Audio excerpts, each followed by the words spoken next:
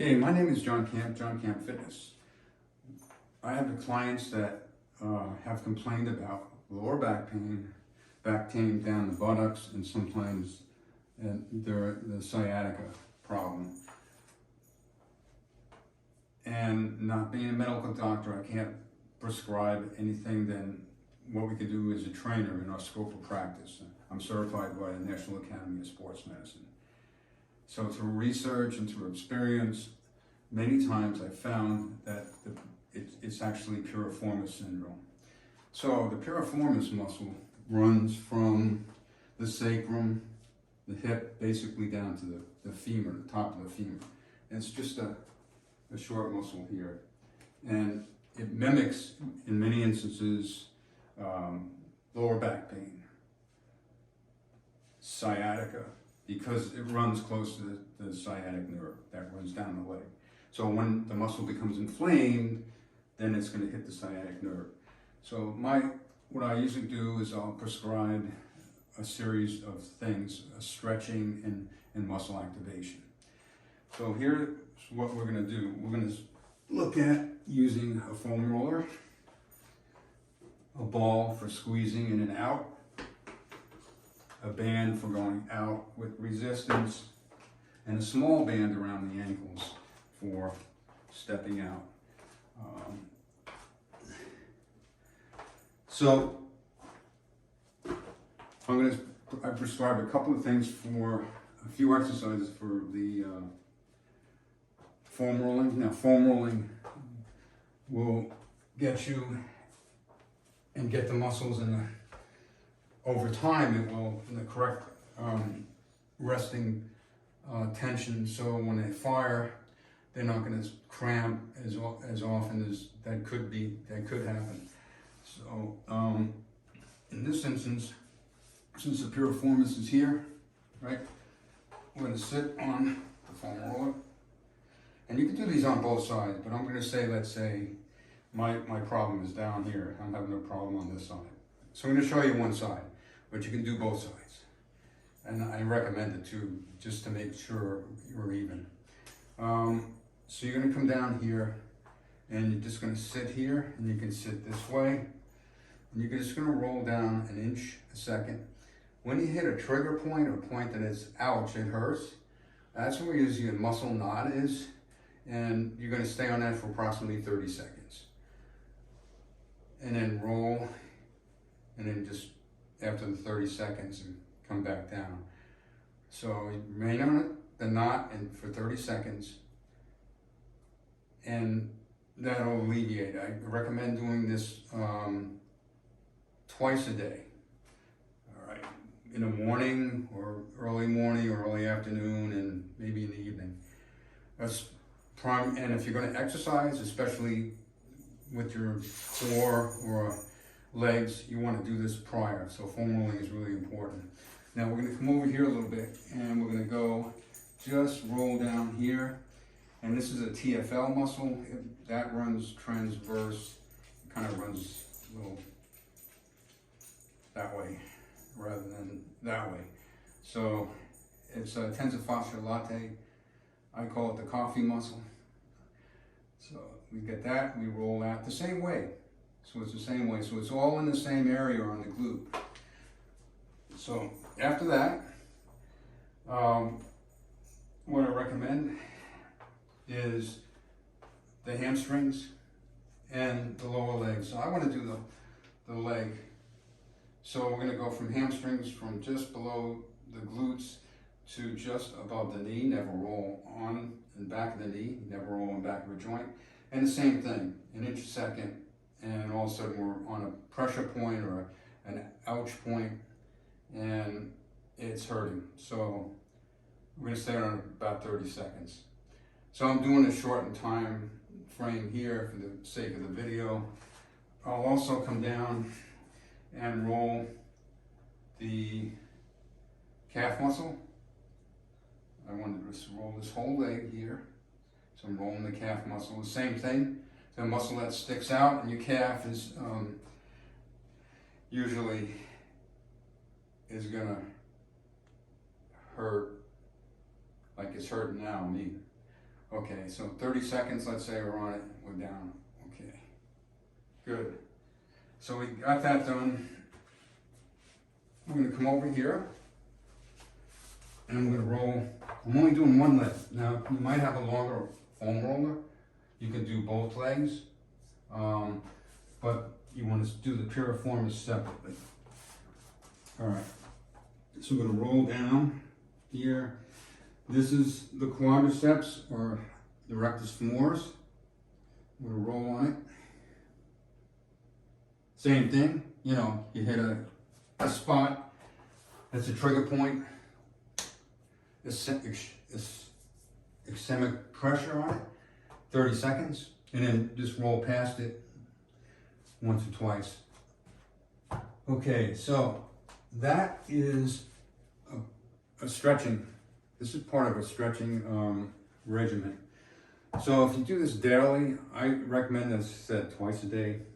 A lot of people recommend once on a foam roller, but I recommend twice. So we're gonna go and now we're gonna use our glutes. So your lower back pain, you can mitigate it by going up to a glute bridge and really squeezing your glutes and coming down. And then you're gonna go up again, squeeze, and down. And again, 4, you can do 8 to 12, so I'm gonna do 8.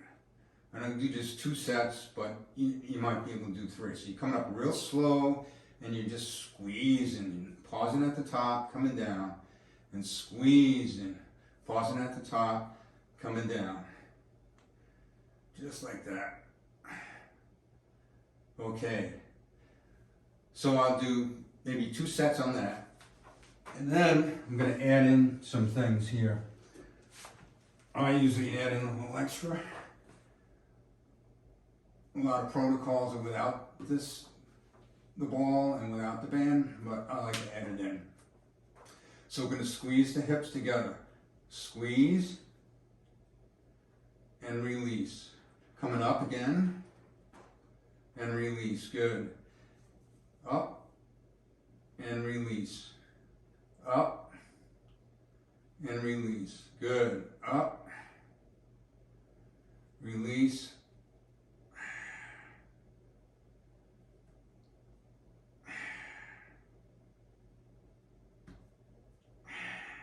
Good.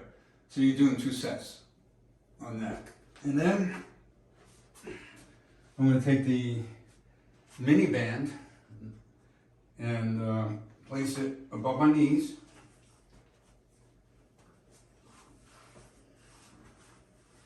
So I'm going to place it above the knee. And I'm going to go up and I'm going to spread it out and down.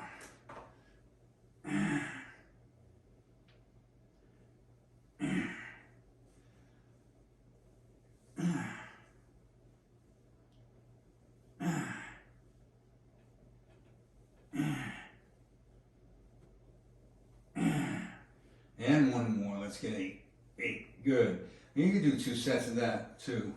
Now, if you're really in a lot of pain, you can exclude the ball and the band and just work with 2 to 3 sets on just the glute bridge with the squeeze until the muscle kind of lets up over time. So you might not want to start with these right away. So we're gonna get up. And now, so we had some foam rolling, we have some activation. Now we're gonna go and take this and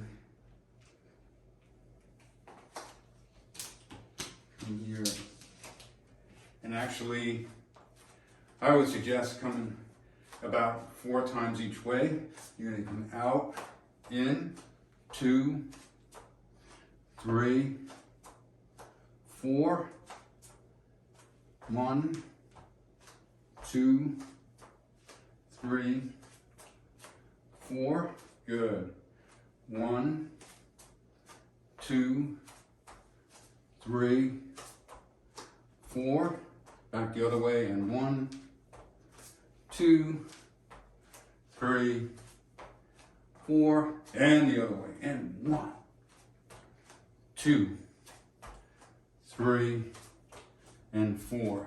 So you could do 4 each way, maybe twice to 3 times. It depends if you're progressing. You might want to do it 3 times.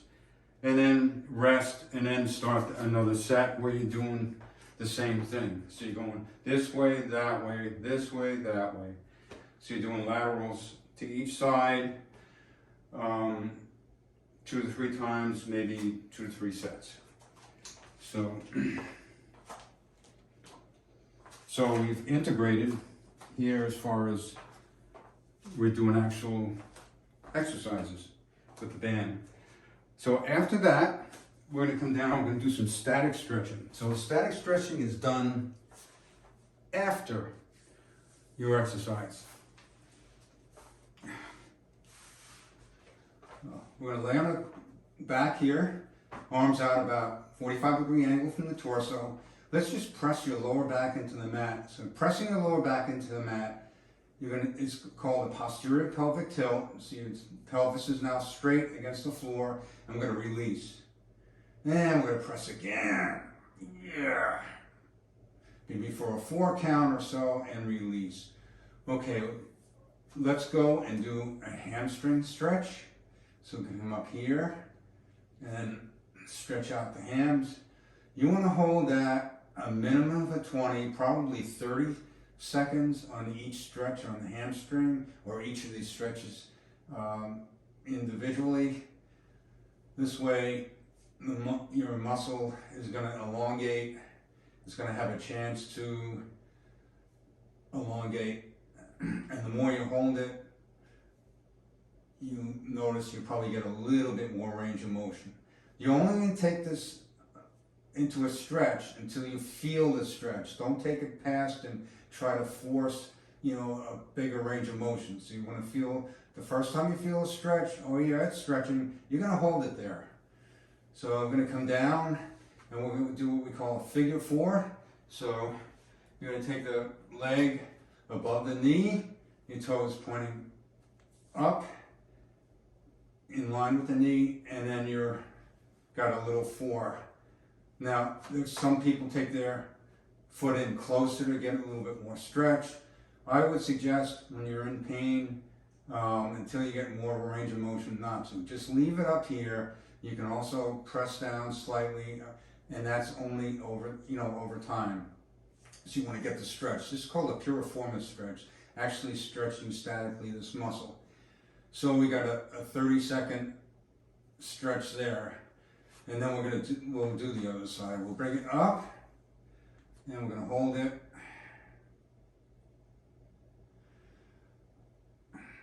There's a fancy term. The longer you hold this, the muscle is going to self-inhibit, which means it's going to release more and give you a bigger range of motion. That's called autogenic inhibition, but you don't have to remember that.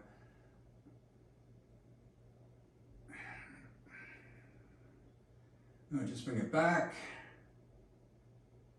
Now let's say we got like 30 seconds. We're going to do the piriformis stretch here. So you got that. This side is a little bit more, for me today, it's a little more tender. So I'm doing from exercising. I cycle almost daily, and I was teaching classes, so I get a little tight and need some stretching. And let's bring this down. Now we're going to stretch the biceps femoris, which is the quad. We're just going to bring our leg up. I'm going to just bring it over slightly, just slightly towards center.